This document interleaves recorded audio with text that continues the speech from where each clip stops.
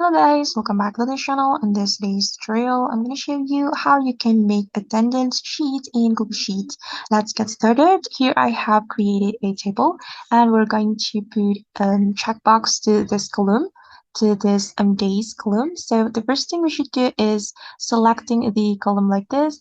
And after that, we can click on data and choose data validation. And we can tap on add rule, and on this criteria, we have to choose checkbox. You can scroll down until you find checkbox and just tap on checkbox right here.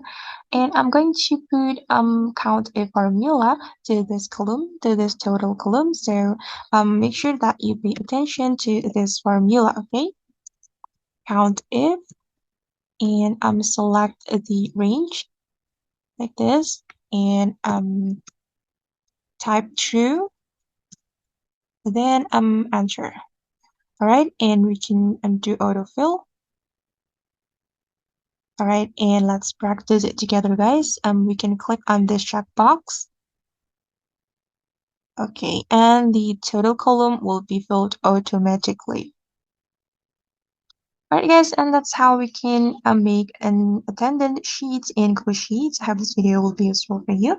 Thank you so much for watching and see you on the next video.